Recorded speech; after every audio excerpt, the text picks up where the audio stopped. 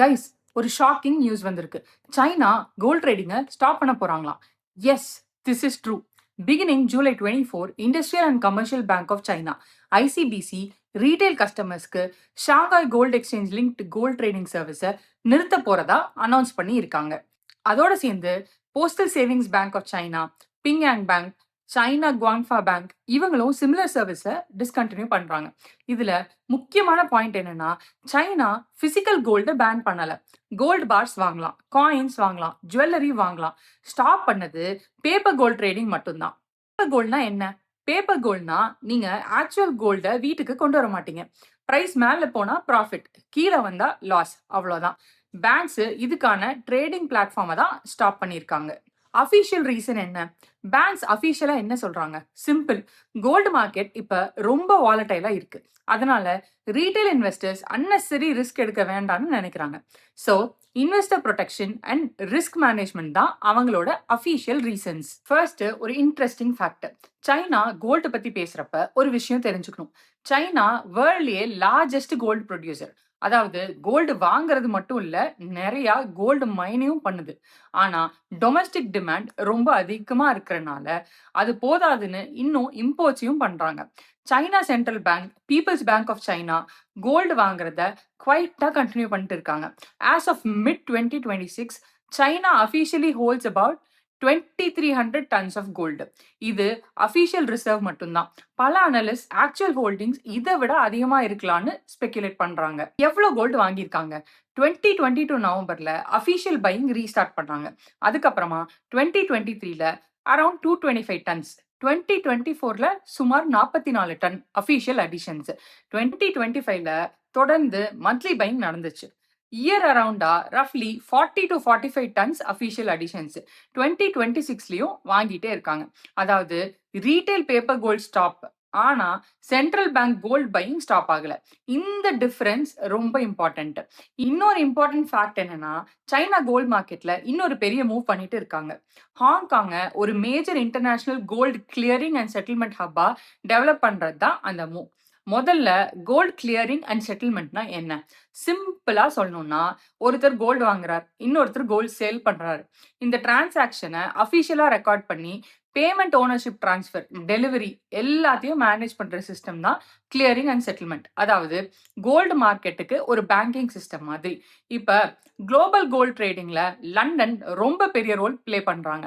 London Bullion Market Association LBMA market world wholesale gold ட்ரேடிங்ல important hub. அதே மாதிரி அமெரிக்கால காமெக்ஸ் ஃபியூச்சர்ஸ் மார்க்கெட் முக்கியமானது. சைனா ஏன் ஹாங்காங்ல டெவலப் பண்றாங்க? ஏன்னா China already world's biggest gold ப்ரொடியூசர்ஸ்ல ஒருத்தர். அதே மாதிரி மிகப்பெரிய கோல்ட் கன்சியூமர்ஸ்ல ஒருத்தங்க. சென்ட்ரல் பேங்க் கோல்ட் ரிசர்வ்ஸை இன்க்ரீஸ் பண்ணிட்டு இருக்கு. ஆனா ஒரு பெரிய மிஸ்ஸிங் பீஸ் இருக்கு. அது என்னன்னா, இன்டர்நேஷனல் கோல்டு இன்ஃப்ராஸ்ட்ரக்சர். அதாவது கோல்டு வாங்குறது மட்டும் இல்ல, அதை குளோபலா ட்ரேட் பண்ண, ஸ்டோர் பண்ண, செட்டில் பண்ண ஒரு பெரிய ஃபினான்ஷியல் ஈகோசிஸ்டம் தேவை. அதுக்காக தான் ஹாங்காங்கை புஷ் பண்றாங்க. இதோட கோல் என்ன? ஹாங்காங்கை ஏசியாவோட கோல்ட் ட்ரேடிங் ஹப்பா மாத்துறது தான். இதுல more gold storage facilities, better clearing system, international investors participation, Shanghai Gold Exchange கிட்ட கனெக்ஷன், இதை எல்லாத்தையும் டெவலப் பண்ற முயற்சி நடக்குது. இது ஏன் இம்பார்ட்டன்ட்? சைனா என்ன பண்ண ட்ரை பண்றாங்க? ஏசியாலேயே ஒரு strong gold ecosystem build பண்ணலாம் அப்படின்னு. இப்போ biggest question, China London gold மார்க்கெட்டை ரீப்ளேஸ் பண்ண போகுதா? இப்போதைக்கு இல்லை. ஏன்னா லண்டன் மார்க்கெட் பல டீகேட்ஸா பில்ட் ஆனது. அதுக்கு ஹியூஜ் லிக்விடிட்டி இருக்கு, குளோபல் ட்ரஸ்ட் இருக்கு, பிக் இன்ஸ்டிடியூஷன்ஸ் யூஸ் பண்றாங்க.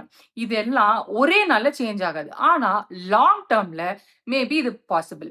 கோல்டு மார்க்கெட்ல ஏசியாவோட இன்ஃப்ளூயன்ஸ் இன்க்ரீஸ் பண்ண, சைனாவோட கரன்சிக்கு மோர் குளோபல் ரோல் கொண்டு வர அண்ட் பிசிக்கல் கோல்ட் ட்ரேடிங் ஈகோ சிஸ்டம்ல அதிக கண்ட்ரோல் பெற ஹெல்ப் பண்ணும். இதுல இருந்து நம்ம என்ன கத்துக்கணும்னா, சைனா கோல்ட் மார்க்கெட்ல சீரியஸா இன்வெஸ்ட் பண்ணிட்டு இருக்கு. சென்ட்ரல் பேங்க் கோல்டு வாங்குறாங்க, டொமஸ்டிக் மார்க்கெட் கண்ட்ரோல் பண்றாங்க, ஹாங்காங்க கோல்டு ஹப்பா டெவலப் பண்றாங்க.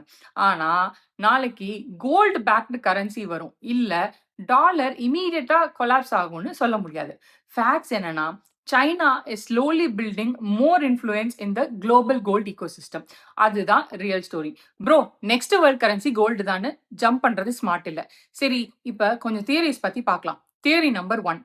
சில பேர் என்ன சொல்றாங்கன்னா, சைனா ஆல்ரெடி நோஸ் கோல்டு ஒரு நாள் ராக்கெட் மாதிரி பிரைஸ் மேல போய் $10,000 பெர் அவுன்ஸ் கூட போகும். அப்படி போகாம இருக்கிறதுக்கு காரணம் பேப்பர் கோல்டு மார்க்கெட் தான். பிரைஸை கண்ட்ரோல் பண்ணுது, சப்ரஸ் பண்ணுதுன்னு ஒரு தியரி சொல்றாங்க. அதனால ரீட்டைல் இன்வெஸ்டர்ஸை வெளியே அனுப்பிட்டு first let's understand the real value of gold. But at the same time let's continue buying கோல்டுன்னு கவர்மெண்ட் மட்டும் கோல்டு கலெக்ட் பண்ணுதா? சரி, இந்த தியரிக்கு சப்போர்ட் என்ன? சைனா கோல்டு வாங்குறாங்க. Central banks around the world record பேஸ்ல கோல்டு வாங்குறாங்க. Almost 15 times more then normal. Theory sounds interesting இல்ல? ஆனா இதுக்கு ப்ரூஃப் எல்லாம் இல்லைங்க. பேங்க்ஸோட அஃபீஷியல் ஸ்டேட்மெண்ட் முழுக்க volatility, risk management, investor protection அவ்வளவுதான். Theory number 2. இன்னும் சில பேர் சொல்றது சைனா கோல்டு அக்யூமுலேட் பண்றாங்க, பேப்பர் கோல்டு ரெஸ்ட்ரிக்ஷன்ஸ் போடுறாங்க, கோல்ட் கிளியரிங் சிஸ்டம் பில்ட் பண்றாங்க. இது எல்லாமே ஒரு பெரிய ஃபினான்ஷியல் ரீசெட் பிளான். ஆனா இந்த எல்லாத்தையும் கனெக்ட் பண்ணி ஒரு சீக்ரெட் பிளான் இருக்குன்னு ப்ரூவ் பண்ண எந்த சாலிட் எவிடன்ஸும் இல்ல. Theory number 3. இது இன்னொரு famous theory. BRICS countries gold backed currency launch பண்ண போறாங்க. டாலர் டாமினன்ஸ் முடிஞ்சிடும். இதுக்கு தான் சைனா ப்ரிப்பரேஷன் பண்றாங்கன்னு சொல்றாங்க. மாடர்ன் எக்கனாமி ஃபுல்லா கோல்ட் ஸ்டாண்டர்டுக்கு திரும்புறது எக்கனாமிஸ்ட் நிறைய பேத்துக்கு பிராக்டிக்கலா தெரியல. Theory number 4. சில analyst gold price will be வாலடைல்னு நினைக்கிறாங்க. இந்த தியரி கொஞ்சம் realistic. Banks retail investors loss ஆகக்கூடாது, அதனால ஸ்டாப் பண்ணிட்டாங்க. இதுக்கு அஃபிஷியல் எக்ஸ்பிளனேஷனுக்கும் சிமிலாரிட்டி இருக்கு. ஆனா இதுவும் கோல்ட் கிராஷ் கன்ஃபார்ம்னு அர்த்தம் கிடையாது. வாலட்டாலிட்டி அதிகமா இருக்கும்போது பேங்க்ஸ் ரிஸ்க் ரெடியூஸ் பண்றாங்க, அவ்வளவுதான். Theory number 5. கவர்மெண்ட் எல்லா கோல்டையும் கண்ட்ரோல் பண்ண போகுதுன்னு சொல்றாங்க. ஆனா இதுக்கு எந்த எவிடன்ஸும் இல்ல. சைனா சிட்டிசன்ஸ் இன்னும் கோல்ட் பாஸ் வாங்கலாம், காயின்ஸ் வாங்கலாம், ஜுவல்லரி வாங்கலாம். ஸ்டாப் பண்றது இல்ல. ஸ்டாப் பண்ணது பேங்க் பேப்பர் ட்ரேடிங் ப்ராடக்ட்ஸ் மட்டும்தான். Theory number 6. Global financial reset, அதாவது dollar dead, new world order வருது. Financial reset confirm. Actual facts என்ன? சென்ட்ரல் பேங்க்ஸ் கோல்ட் வாங்குறாங்க.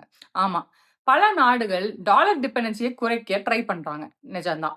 China paper gold products restrict பண்ணியிருக்காங்க. ஆனா இந்த எல்லாத்தையும் கனெக்ட் பண்ணி சீக்ரெட் கோஆர்டினேட்டட் குளோபல் ரீசெட்னு சொல்ல முடியாது. At least not yet. நிறைய எக்கனாமிக்ஸ் என்ன சொல்றாங்கன்னா, இது reserve diversification, inflation protection, geopolitical uncertainty, risk management, அதுக்கான நார்மல் ரெஸ்பான்ஸ் தான் இதுன்னு சொல்றாங்க. ஸோ ஃபைனல் டேக்அவே என்னன்னா, சைனா கோல்ட் ட்ரேடிங் ஸ்டாப் பண்றாங்கன்னு ஹெட்லைன் பார்த்த உடனே பேனிக் ஆக வேண்டாம். Actual story, physical gold ban இல்ல, central bank gold buying stop ஆகல. பேப்பர் கோல்ட் ட்ரேடிங் மட்டும் பேங்க்ஸ் டிஸ்கண்டினியூ பண்ணியிருக்காங்க.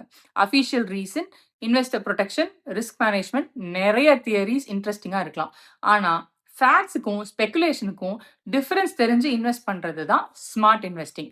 ஸோ நீங்கள் என்ன நினைக்கிறீங்க? சைனா ஜஸ்ட் பிளேயிங் சேஃபா, இல்லை பிஹைண்ட் த சீன்ஸில் இன்னும் பெரிய கேம் நடக்குதா? கமெண்ட்டை சொல்லுங்க.